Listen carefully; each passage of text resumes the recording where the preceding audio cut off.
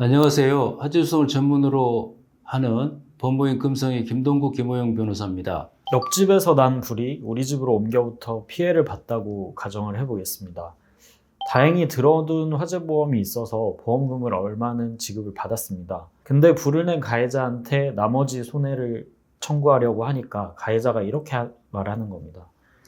당신 보험금 받았으니까 그만큼은 빼고 줄게.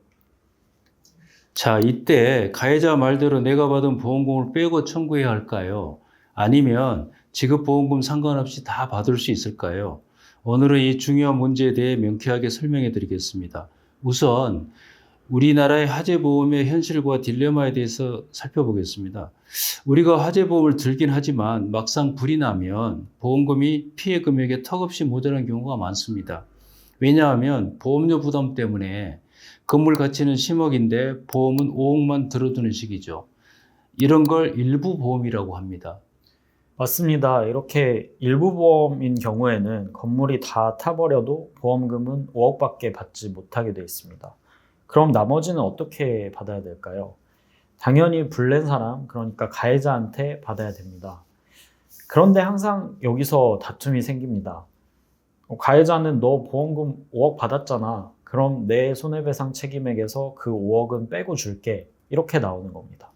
저희가 수행한 항소심 판결 사례를 소개하면서 설명하겠습니다. 옆 건물 화재로 연소 피해를 본 B사의 전체 손해액이 6억 6천만 원이었습니다. 그런데 보험금으로는 3억 2천만 원 받았습니다. 아직 보전 안 된 손해액이 3억 4천만 원 남잖아요. 그래서 피해자 B사는 가해자를 상대로 소송을 걸었죠. 그런데 1심에서는 화재 원인 불명이라며 피해자의 청구를 기각, 즉 원고가 패소했습니다. 피해자 B사 대표는 1심 패소 후 1심 판결문과 소방경찰의 화재 조사 결과를 가지고 저희 금성 화재손센터를 찾아와 상담을 했습니다. 당시의 B사 대표님 모습이 지금도 선합니다. 1심 판결을 도저히 이해할 수 없다며 매우 억울해했죠. 그리고 항소심 변론을 저희들에게 맡겼습니다. 저희가 항소심을 진행한 결과 다행히 1심을 번복시키고 승소했습니다. 네, 그런데 항소심은 피해자 B사의 미보전 손해액 3억 4천만 원이 아니라 7,600만 원만 지급하라고 판결을 했습니다. 문제는 계산법이었습니다. 항소심 법원은 가해자 책임을 60%로 인정을 했는데요. 그 전체 손해액 6억 6천만 원을 60%로 계산을 하면 3억 9,600만 원이 됩니다. 이게 가해자 손해배상 책임액이 되는 것입니다. 여기서 피해자가 이미 받은 보험금 3억 2천만 원을 빼버리고 이렇게 판결을 한 것입니다. 전체 손해는 6억이 넘는데 보험금 3억 2천만 원에 배상금 7,600만 원 더 받아봤자 여전히 손해가 너무 막심합니다. 그래서 저희는 이걸 도저히 납득할 수가 없어서 B사 대표님과 상의를 하고 대법원에 상고를 했습니다. 여기서 대법원 전원합의체의 역사적인 판결이 나옵니다. 2015년 1월 22일 대법원 전원합의체 13명의 대법관님들이 전원 일치된 의견으로 역사적인 판결을 하게 됩니다. 결론부터 말씀드리면 가해자의 손해배상액에서 피해자의 보험금을 공제하면 안 된다는 겁니다. 이유가 아주 속 시원합니다. 첫째, 피해자가 받은 보험금은 피해자가 보험 사고의 발생을 대비하여 꼬박꼬박 낸 보험료의 대가적 성질을 가진다.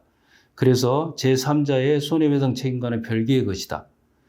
기존에는 보험금을 공제했는데 이번 대법원 전원합의체 판결에서 완전히 바꾼 겁니다. 이와 다른 기존 대법원 판례는 폐기했습니다. 둘째, 개선법을 이렇게 정리했습니다. 전체 손해액에서 보험금을 뺀 미보전 손해가 있다면 피해자는 가해자의 책임 한도 내에서 그 돈을 다 청구할 수 있다는 것이죠.